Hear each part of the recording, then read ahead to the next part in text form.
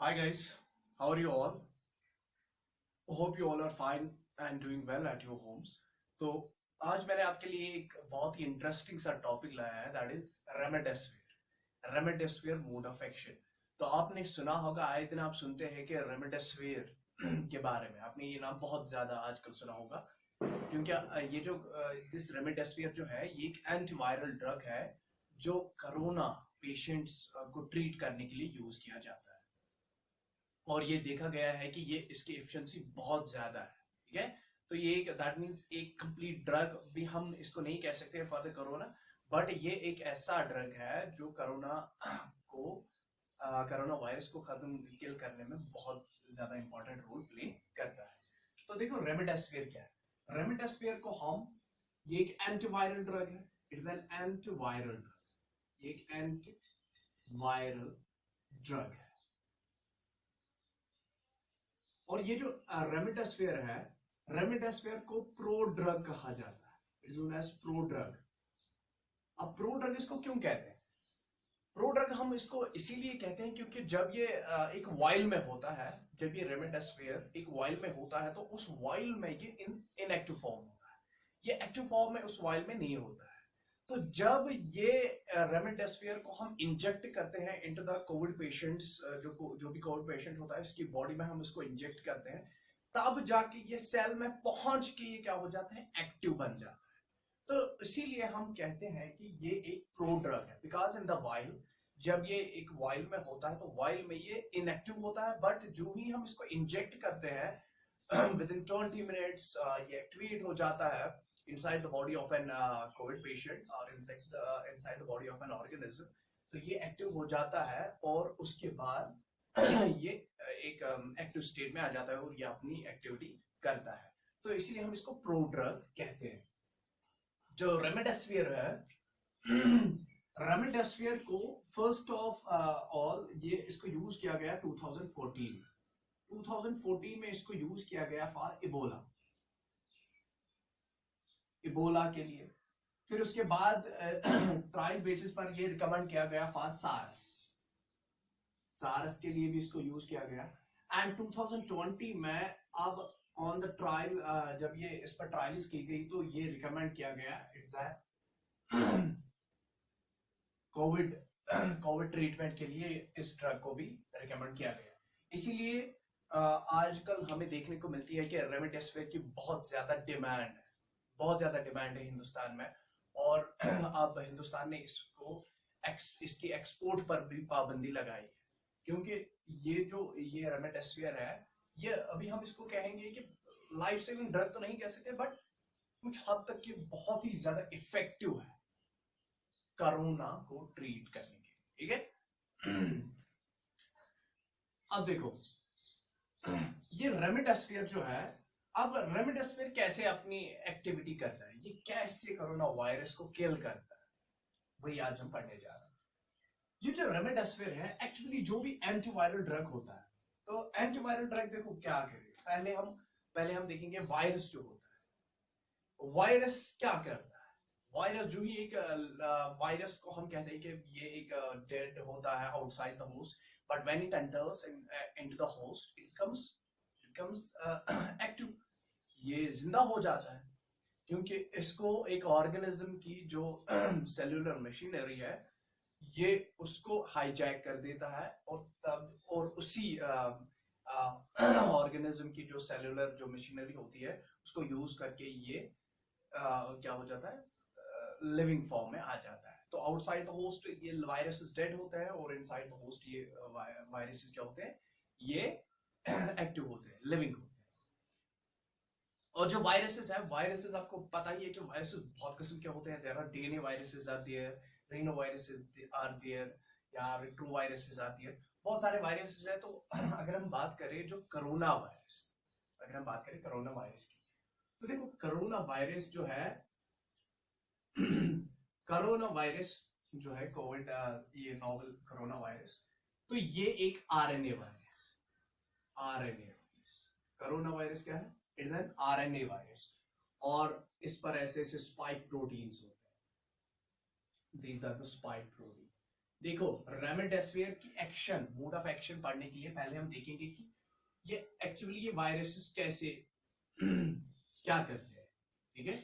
Virus का जो हमें देखना है कि वायरसेस अंदर जाके क्या करते हैं, दे रिप्लिकेट, ये अपने जेनेटिक मटेरियल को रिप्लिकेट करते हैं, ठीक है। तो पहले हम देखेंगे इस concept of mode of action of remdesivir को समझने के लिए हमें पहले देखना है कि how viruses replicate inside the body of an organism. तो ये यहाँ पर एक कोरोना वायरस है। तो कोरोना वायरसेस क्या है, ये आरएनए वायरसेस है, आरएनए टाइप वायरसेस होते हैं।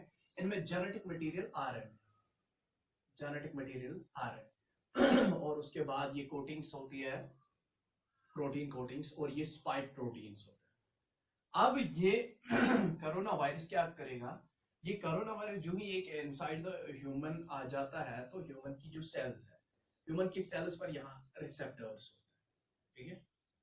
ये रिसेप्टर्स है और ये स्पाइक प्रोटीन्स और रिसेप्टर्स के साथ बाइंड हो जाएंगे। जो ये बाइंड हो जाएंगे ये स्पाइक प्रोटीन्स और रिसेप्टर्स के साथ, तो ये जो वायरस है, ये वायरस अपना जो जेनेटिक मटेरियल इसका है दैट इज आरएनए, या आरएनए को इंट्रोड्यूस करेगा inside the cell, this is the cell. तो आ गया इसके अंदर, आ गया कौन, RNA. Now RNA of corona virus, RNA genetic material जो था कोरोना वायरस का।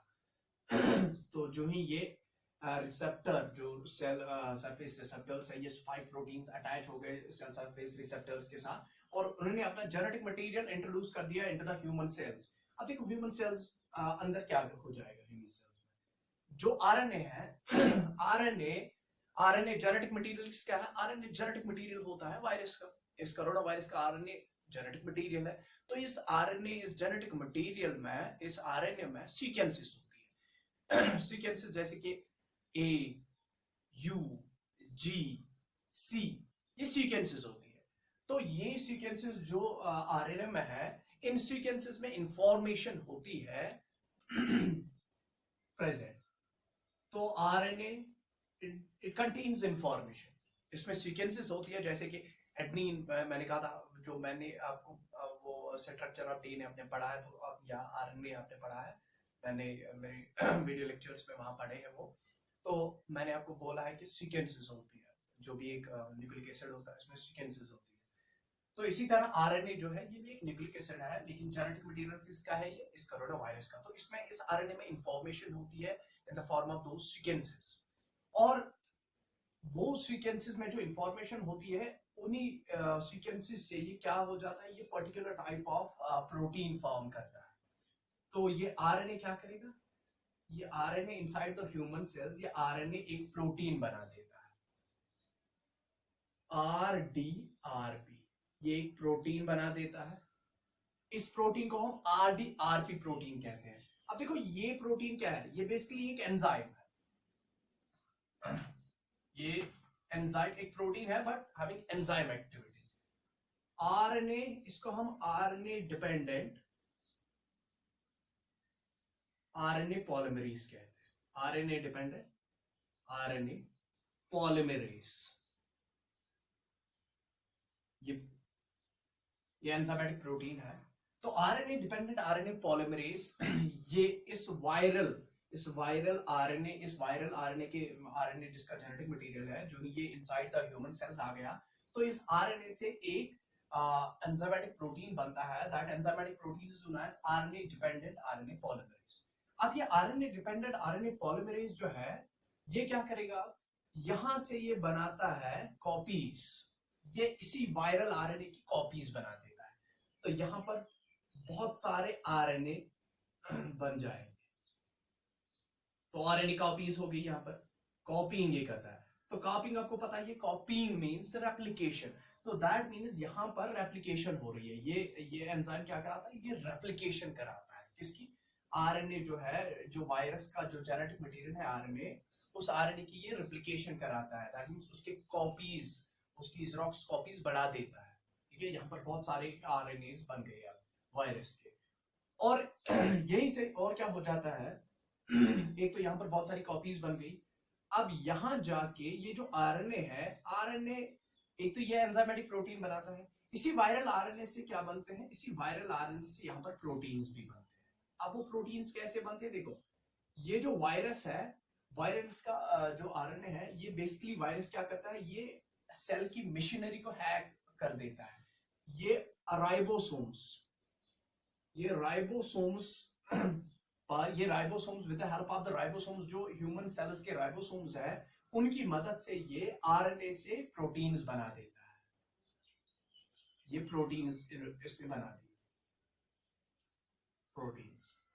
अब देखो वो प्रोटीन्स, अब कौन से ये प्रोटीन्स बना देगा, अब ये फॉर एग्जांपल ये स्पाइक प्रोटीन्स जिससे ये बनाएगा, ये इसकी कैप्सिड है, ये प्रोटीन्स बना देता है। तो with the help of ribosomes, ये राइबोसोम्स की मदद से प्रोटीन्स बना देता है कौन, यही वायरल आरएनए। ये वायरस प्रोटीन्स बनाने के लिए राइबोसोम्स को यूज करता है, इसीलिए हम इसको वायरसेस को कहते हैं कि they are known as hijackers. ये हाईजैक कर देते हैं एक सेल, एक होस्ट की सेल की जो मशीनरी है उसको हैक कर देते हैं, और अपना जो इनको बनाना होता है और अपना काम ये कर देते हैं। तो इसको प्रोटीन्स बनाते हैं, वायरल प्रोटीन्स इसको बनाने थे, तो इसने राइबोसोम्स को यूज किया, ह्यूमंस के राइबोसोम ऑर्गेनेली को यूज किया और इसने वायरल प्रोटीन्स बना दिए यहाँ पर। और यहाँ से ये क्या बना रहा है, यहाँ से आरएनए डिपेंडेंट आरएनए पॉलीमरेज बना दिया। आरएनए डिपेंडेंट आरएनए पॉलीमरेज ने रेप्लिकेशन किसकी कर दी, आरएनए की रेप्लिकेशन कर दी, बहुत सारी आरएनए की कॉपीज बना दी। अब जब ये प्रोटीन्स और ये यहाँ पर आ जाते हैं, ये प्रोटीन्स अब यहाँ पर देखो क्या हो जाएगा, ये प्रोटीन्स ऐसे बन जाएंगे। अब ये proteins for example spike proteins भी बन गए, ये कैप्सिड भी बन गई, और ये आरएनए भी बन गया। तो आरएनए आ जाता है यहाँ पर, आरएनए आ जाता है यहाँ पर, और इसका जेनेटिक मटेरियल बना देता है, और ये जो प्रोटीन्स है ये बाहर से बाकी जो इसके आउटर कोटेड प्रोटीन्स होते हैं, ये आउटर कोटेड प्रोटीन्स यहाँ से बनते हैं। तो यहाँ पर बन गए आरएनए, इनको हम वायरल पार्टिकल्स कहते हैं। तो बन गए बहुत सारे कोरोना वायरस यहाँ पर फॉर्म होने लगे, तो लैक्स, थाउजेंड्स तो इतना नंबर बढ़ जाता है। एक कोरोना वायरस से बहुत सारे कोरोना वायरसेस बन गए यहाँ पर। तो विद इन डेज और विद इन आवर्स बहुत सारी यहाँ पर मल्टीप्लिकेशन, बहुत सारी इनकी होती है कोरोना वायरस, बहुत सारे वायरसेस यहाँ पर बन जाते हैं। तो अब देखो यहाँ पर ये जो रेमडेसिविर है, रेमडेसिविर काम क्या करता है, रेमडेसिविर एक्चुअली ये इस रेप्लिकेशन को रोक देता है, इनहिबिट्स द रेप्लिकेशन, ये रेप्लिकेशन को रोक देता है। देखो अगर कोई ड्रग है, अगर वो इस रेप्लिकेशन को रोक देता है, दैट मींस फिर तो ज्यादा कोरोना वायरसेस बनेंगे ही नहीं, क्योंकि रेप्लिकेशन हो ही नहीं रही है। तो अगर यहाँ पर कोई ड्रग जो इसको रेप्लिकेशन को इनहिबिट करेगा, वो ड्रग भी क्या है, वो ड्रग भी बहुत ही ज्यादा एफिशिएंट है। अगर कोई ड्रग इसको, इस कोरोना वायरस को इस सेल की मेम्ब्रेन के साथ, इस रिसेप्टर के साथ बाइंड ही नहीं होने देगा, इनहिबिट करेगा binding of the corona virus with the human cell receptors, तो वो ड्रग भी क्या होगा, हाईली एफिशिएंट होगा। तो जो ड्रग्स ये इस binding of corona virus with the human cell receptors, इनको इनहिबिट, इस बाइंडिंग को इनहिबिट करता है, वो ड्रग भी बहुत ही ज्यादा एफिशिएंट है। और जो रेप्लिकेशन को रोकेगा, तो वो ड्रग भी एक हाईली एफिशिएंट ड्रग है इन प्रिवेंटिंग कोरोना वायरस, ठीक है, in preventing the corona virus. क्योंकि जब बाइंडिंग ही नहीं हो जाएगी तो कैसे ये रेप्लिकेशन करेगा। जब अगर अब इनसाइड ही आ गया, बाइंडिंग हो गई, लेकिन इसने आरएनए अपना अंदर छोड़ दिया जेनेटिक मटेरियल, लेकिन वो जेनेटिक मटेरियल रेप्लिकेट ही नहीं कर पा रहा है, तो दैट मींस तो ये जो ड्रग्स, अगर ये यहाँ दो जगहों पर ये ड्रग्स जो एक्ट होते हैं, ऐसे ड्रग्स बहुत ही ज्यादा इफेक्टिव होते हैं इन ट्रीटिंग द कोरोना वायरसेस। अब देखो रेमडेसिविर क्या करता है, रेमडेसिविर कहां पर एक्ट करता है, रेमडेसिविर रेप्लिकेशन को रोक देता है, remdesivir inhibits the replication, remdesivir replication को इनहिबिट करता है। रेप्लिकेशन ऑफ आरएनए, जो वायरल आरएनए है, उसकी रेप्लिकेशन को कौन रोक देता है, रेमडेसिविर। तो जब इसने रेप्लिकेशन को ही रोक दिया, दैट मींस यहां पर वायरल पार्टिकल्स तो बनेंगे ही नहीं, ठीक है। तो ये एक चीज है, एक चीज ऐसे ही करता है, एक ये रेप्लिकेशन को रोक देता। दूसरा क्या करता है, आरएनए जो है, ये वायरल आरएनए जो है, इसमें एक एंजाइम भी होता है, that is known as exonuclease, exonuclease enzyme. ये जो एक्सोन्यूक्लियस है, जिसको हम एक्सोन्यूक्लियस एंजाइम जो है, ये एक्सोन्यूक्लियस एंजाइम, देखो इसका काम क्या है, आरएनए, ये जो वायरल आरएनए है, वायरस में इस एक्सोन्यूक्लियस का काम क्या है?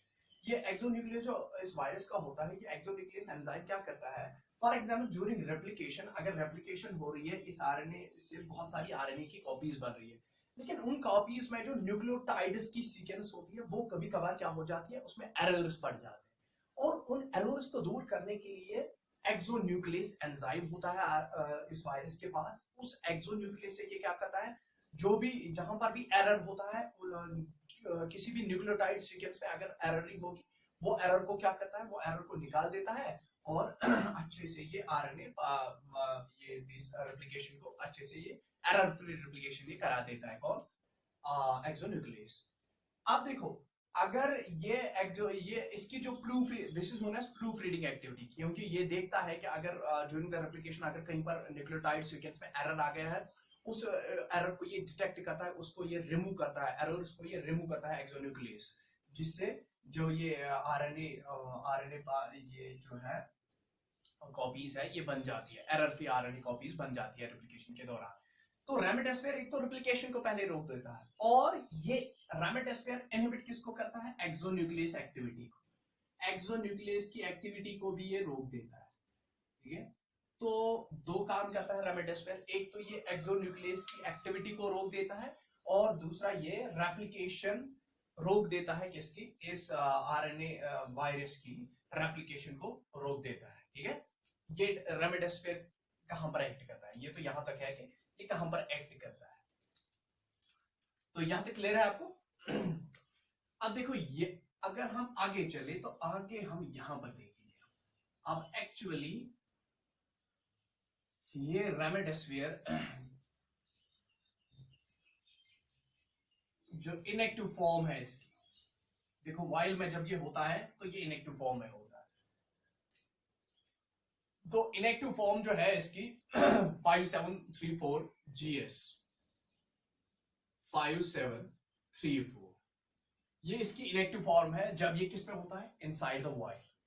रेमिडेसिविर जब वाइल में होता है तो GS 5734 ये इनएक्टिव फॉर्म है इसकी। उसके बाद और इसके बाद ये इसमें कन्वर्ट हो जाता है, GS जो है 704277 704277, ये भी एक इनएक्टिव फॉर्म है।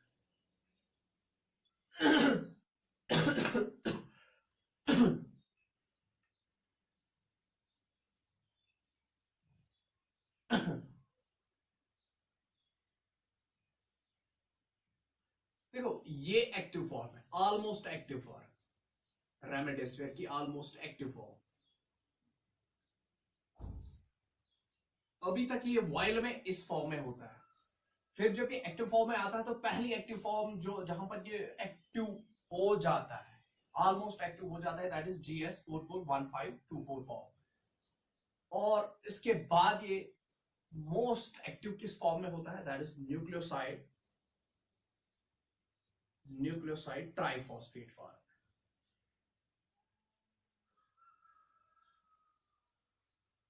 तो न्यूक्लियोसाइड ट्राइफॉस्फेट फॉर्म ये एक्टिव फॉर्म है remdesivir, active form of remdesivir. अब देखो, ये जो ह्यूमन सेल है ये इनएक्टिव फॉर्म, या अगर मैं ये एक्टिव फॉर्म, देखो हम इसीलिए हम इसको प्रोड्रग क्यों कहते हैं, ये इनएक्टिव फॉर्म, ये इसकी इनएक्टिव फॉर्म क्यों होती है वाइल? देखो ये जो एक्टिव फॉर्म है दैट मींस दिस फॉर्म, और ये न्यूक्लियोसाइड ट्राइफॉस्फेट फॉर्म, ये मेम्ब्रेन को क्रॉस नहीं कर पाते, सेल की मेम्ब्रेन को क्रॉस नहीं कर पाते। ठीक है, ये मेम्ब्रेन को क्रॉस नहीं कर पाते, लेकिन मेम्ब्रेन को इजीली कौन क्रॉस करेगा? दीज टू फॉर्म्स, ये इजीली क्रॉस कर पाते हैं मेम्ब्रेन को, ह्यूमन सेल की मेम्ब्रेन को, लेकिन ये दो फॉर्म्स ह्यूमन सेल के मेम्ब्रेन को क्रॉस नहीं कर पाते। इसीलिए पहले ये इनएक्टिव होता है जब तक ये एंटर ना करे किसमें? Inside the human cell.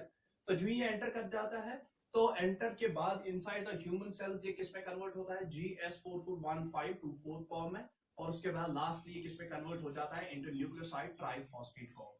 ठीक है, तो जब न्यूक्लियोसाइड ट्राइफॉस्फेट फॉर्म में आ गए ये, तो उसके बाद ये अपनी एक्टिविटी, ये रेप्लिकेशन ऑफ कोरोना वायरस को क्या करता है? स्टॉप कर देता है, और ये एक्सोन्यूक्लियस एक्टिविटी को क्या करता है? इनहिबिट करता है। अब देखो न्यूक्लियोसाइड ट्राइफॉस्फेट आपको पता है, न्यूक्लियोसाइड आपको पता है कि जो न्यूक्लिक एसिड्स होते हैं, चाहे वो डीएनए हो या आरएनए हो, तो ये किसके बने होते हैं? ये न्यूक्लियोसाइड और न्यूक्लियोटाइड के बने होते हैं। न्यूक्लियोसाइड और न्यूक्लियोटाइड। न्यूक्लियोसाइड आपको पता है ये किसका, एक न्यूक्लिक एसिड किसका बना होता है? Nitrogenous base, pentose sugar plus phosphate, इन तीन चीजों का एक न्यूक्लिक एसिड बना होता है, चाहे आरएनए हो या डीएनए हो। तो जो न्यूक्लियोसाइड होता है इसमें base plus sugar, base plus खाली शुगर ही होता है, और न्यूक्लियोटाइड जब बेस प्लस शुगर के साथ हम फॉस्फेट को ऐड करते हैं तो क्या बन जाता है? न्यूक्लियोटाइड बन जाता है। तो न्यूक्लियोसाइड देखो, base plus sugar, nucleoside triphosphate, यहां पर इसके साथ 3 फॉस्फेट्स ऐड हो जाते हैं, ट्राइफॉस्फेट ऐड हो जाते हैं, न्यूक्लियोसाइड ट्राइफॉस्फेट ऐड हो जाते हैं, और तब जाके ये एक्टिव फॉर्म में आ जाता है, और फिर ये अपनी एक्टिविटी को क्या करता है? अपनी एक्टिविटी दिखा देता है। ठीक है, तो this was all about the remdesivir mode of action. अब देखो रेमडेसिविर की कुछ साइड इफेक्ट्स जो है, now there are some side effects of remdesivir, taking remdesivir. तो one of the side effect of using remdesivir for a longer period, तो longer period में अगर कोई रेमडेसिविर यूज करते हैं तो उसको एक प्रॉब्लम हो जाती है, that is known as liver problems. उसमें लिवर प्रॉब्लम हो जाती है, elevation in the liver secretion, elevation in liver secretion, alkaline phosphatases की सेक्रेशन बढ़ जाती है, तो एलिवेशन हो जाती है लिवर सेक्रेशंस में, और स्वेलिंग हो जाती है, स्वेलिंग ऑफ लिवर में take place, swelling of liver हो जाती है। ठीक है, ये चीजें हो जाती है, या कभी कभार वीकनेस भी आ जाती है, नौसिया हो जाता है, ये चीजें हो सकती है। तो देखो इसकी जो इसका जो साइड इफेक्ट है, that means in long run it creates liver problems, elevation हो जाती है इन लिवर सेक्रेशंस में, एलिवेशंस आ जाती है। तो ये तो साइड इफेक्ट्स है इसके, और मैंने आपको रेमडेसिविर का मोड ऑफ एक्शन भी आपको बोल दिया है। अब थोड़ा सा हम आगे चलेंगे और मैं यहाँ आपको कुछ और चीजें बोलूंगा। जो अभी कल हिंदुस्तान में अभी जो कोरोना वायरस है, तो आपको पता ही है कि सेकेंड वेव है, तो सेकेंड वेव बहुत ही इसने जो नंबर ऑफ फैटलिटीज है वो बहुत ज्यादा बढ़ गई है, डेथ्स बहुत ज्यादा बढ़ गई है, और इन्फेक्शन हाईली स्प्रेड हो रहा है। तो जो पहली वेव थी उसमें इन्फेक्शन इतना स्प्रेड नहीं हो रहा था, इतने पर्सन्स इन्फेक्टेड नहीं हो रहे थे, बट इसमें जो सेकेंड वेव जो है तो इन्फेक्शन बहुत ज्यादा फैल रहा है। और ये देखो, ये जो अभी यहाँ पर ये जो सेकेंड वेव का जो है दैट कॉजेटिव ऑर्गेनिज्म, ये double mutant, it's a double mutant, ये डबल म्यूटेंट है। ठीक है, और यहां पर एक और हिंदुस्तान में एक और म्यूटेंट पाया गया है, that is triple mutant, Bengal में triple mutant, triple mutant of Bengal, Bengal में ट्रिपल म्यूटेंट भी पाया गया है। तो ट्रिपल म्यूटेंट या डबल म्यूटेंट जो है ये बेसिकली ब्राजीलियन, ये ब्राजीलियन जो ब्राजीलियन म्यूटेंट था, या जो यूके म्यूटेंट और ब्राजीलियन म्यूटेंट से इन दोनों की कॉम्बिनेशन एक म्यूटेंट बन गया, that is known as the triple mutant. और ये ट्रिपल म्यूटेंट बहुत ज्यादा डेंजरस है। तो ये दिसंबर जनवरी में ये पाया गया था कि ये कम ही पर्सन में पाया गया था, बट अभी के इस मई में ये पाया गया है कि 12% ऑफ जो डेथ्स हो रही है that is due to triple mutant, और डबल म्यूटेंट 28% जो अभी है बाय द डबल म्यूटेंट। तो डबल म्यूटेंट बेसिकली ये भी एक यूके स्ट्रेन, यूके म्यूटेंट और साउथ अफ्रीकन म्यूटेंट, इन म्यूटेंट्स का ये कॉम्बिनेशन है, डबल म्यूटेंट। अब देखो इन म्यूटेंट्स के लिए ये म्यूटेंट्स है, इसमें देखो अब ये हाईली स्प्रेड हो रहे हैं, और ये पहले जो माइल्ड यहाँ पर आया था तो पहला म्यूटेंट था दैट वाज माइल्ड म्यूटेंट, तो इसलिए वो इतना स्प्रेड नहीं हुआ। बट दीज ट्रिपल म्यूटेंट्स और डबल म्यूटेंट्स जो है ये हाईली ये क्या है स्प्रेड हो रहे हैं, और इनमें जो ही ये स्प्रेड होते हैं तो इनके जो सिम्टम्स आते हैं, तो फीवर इसमें फीवर सिम्टम आ जाता है इसमें, ठीक है, इसमें फीवर सिम्टम आ जाता है, या सोर थ्रॉट्स, वो तो अब खैर छोड़ो, लेकिन ये हाईली दैट मींस स्प्रेडिंग ये वायरसेस है, डबल म्यूटेंट है, ट्रिपल म्यूटेंट इंडिया में। अब देखो इनके लिए, इस डबल म्यूटेंट के लिए जो हिंदुस्तान ने एक वैक्सीन तैयार किया that is known as Covaxin, और इस जो कोवैक्सीन है इसकी एफिशिएंसी पाई गई है 81%, और ये इम्यूनिटी प्रोवाइड करता है अप टू 12 मंथ्स तक इम्यूनिटी प्रोवाइड करता है। जो कोवैक्सीन जो है ये भारत बायोटेक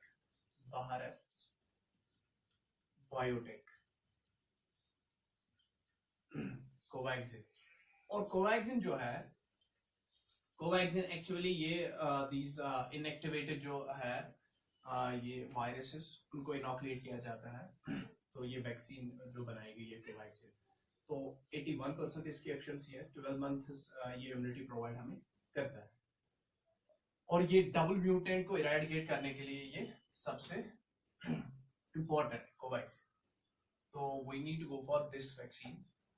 तो ये तो यहाँ तक था ये रेमडेसिविर की एक्शन।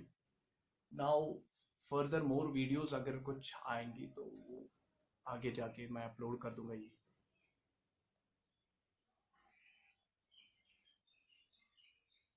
एंड प्लीज शेयर करो वीडियोस को, लाइक करो, सब्सक्राइब करो, that is the thing which I want.